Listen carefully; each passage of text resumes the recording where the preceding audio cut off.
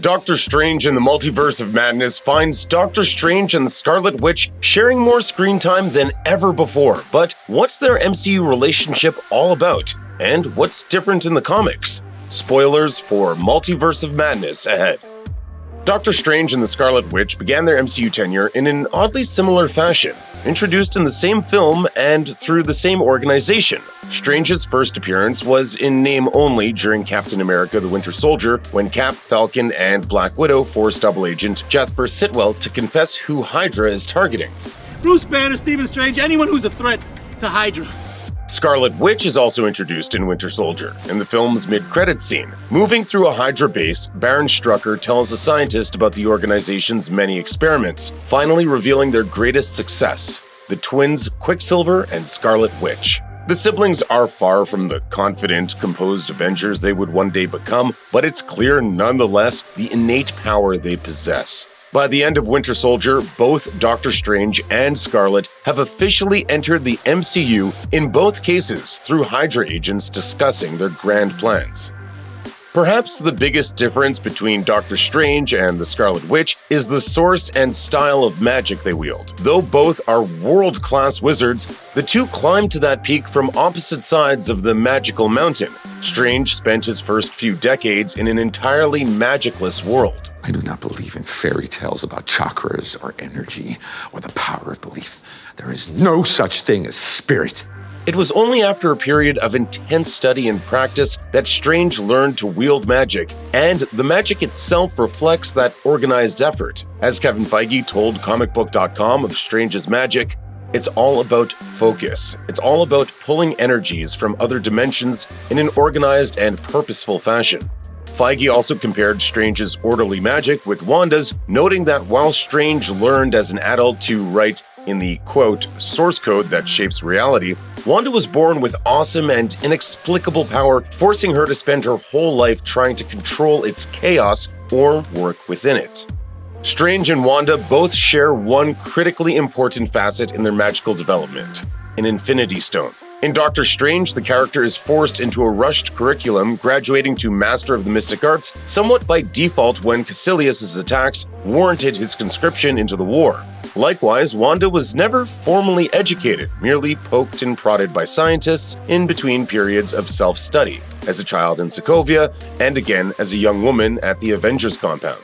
Yet, both received exponential magnifications of their powers through connection to an Infinity Stone. At Kamar-Taj, Strange began experimenting with the Eye of Agamotto, later revealed to house the Time Stone. His proficiency with the artifact led him to becoming its keeper, and he leaned on its power arguably as much as he did every other spell in his repertoire. Likewise, Hydra used the Mind Stone to amplify Wanda's powers and channel them into a more manipulatable form. Like Wanda's power in general, the exact nature of the Mind Stone's influence is unknown. But WandaVision made it clear that the stone helped lead Wanda to her ultimate destiny. The next in the long string of parallels between Strange and Wanda is the nature of their heroism and their place in superhero society. Unlike the MCU's more mainstage heroes such as Captain America, Iron Man, and Thor, neither Wanda nor Strange have ever fit in with the core Avengers crowd.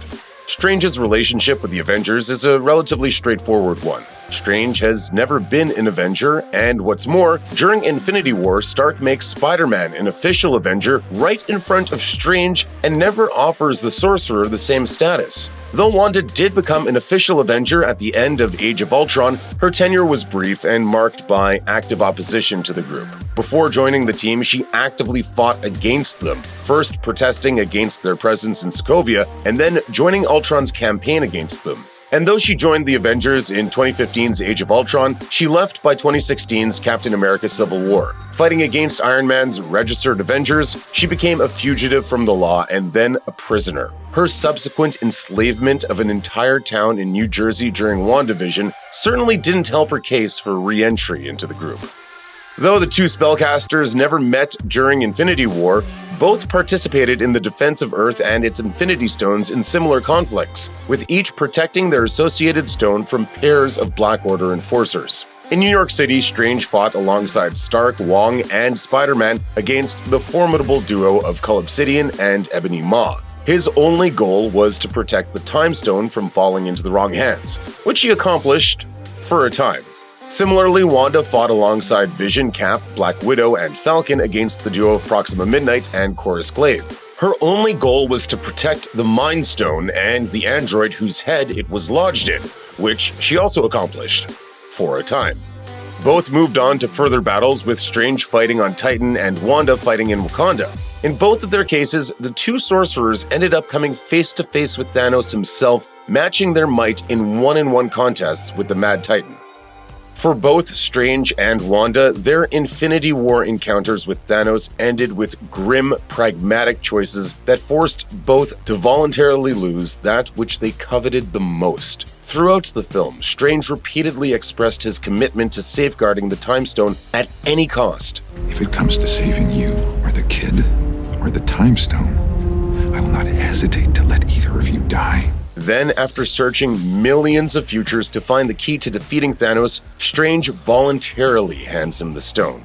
Even the relative certainty of his divination could not have made Strange's decision an easy one, especially knowing he would be snapped out of existence. Wanda, too, was forced to concede the stone she had so adamantly protected. In her case, however, the decision was even more heart-wrenching and desperate, as the stone sat within the skull of Vision, the man she loved, and her only recourse was to destroy it.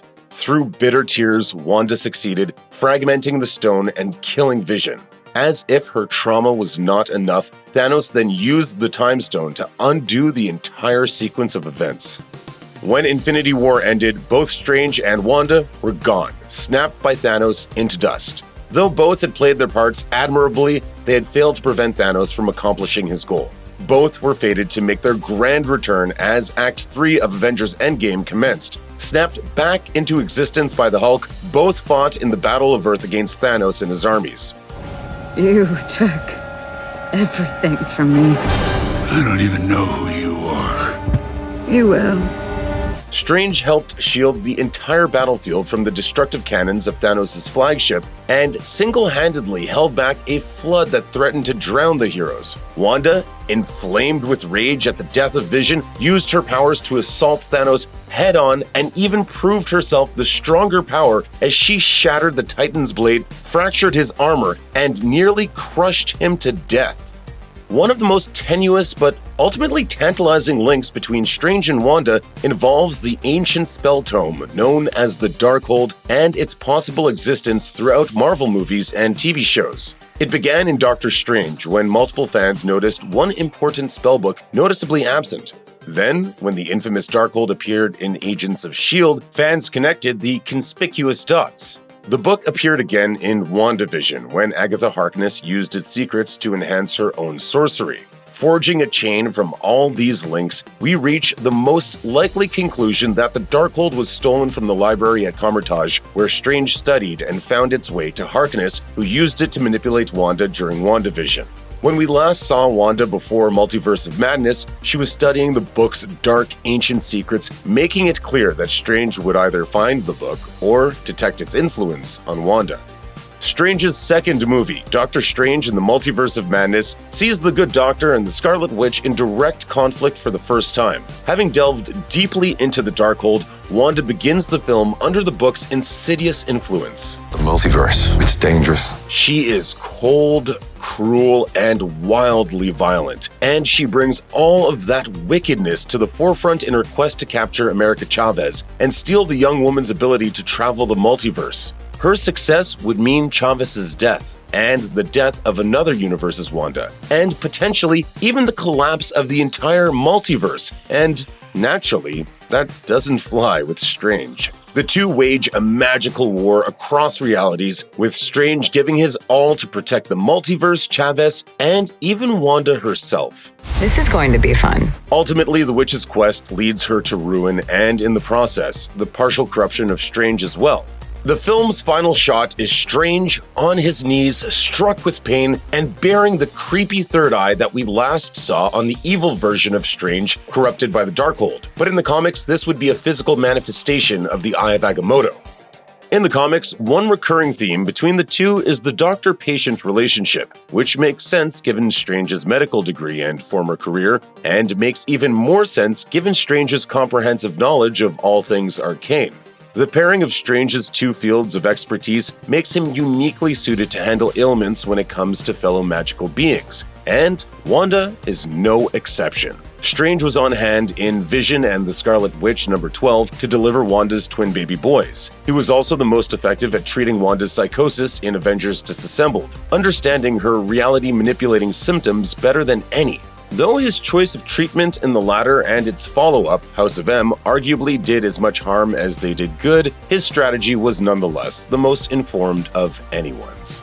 The most common form that Strange and Wanda's relationship takes is that of mentor and mentee. Strange is more experienced than Wanda, more educated, and more in control of his powers, largely due to his access to magical materials and manuscripts that remained hidden throughout Wanda's formative years. A telling recent example came in the miniseries Empire X-Men, in which one of Wanda's attempts at atonement backfires. In attempting to undo her No More Mutants spell, in which she depowered millions of mutants at once, Wanda cast a spell to revive the millions of mutants slain during the massacre at Genosha. Instead, she raised an army of mutant zombies, millions in number and still semi-superpowered. Strange was able to undo the wayward spell, but not without taking multiple occasions to lecture Wanda on her misuse of magic and lack of thorough training.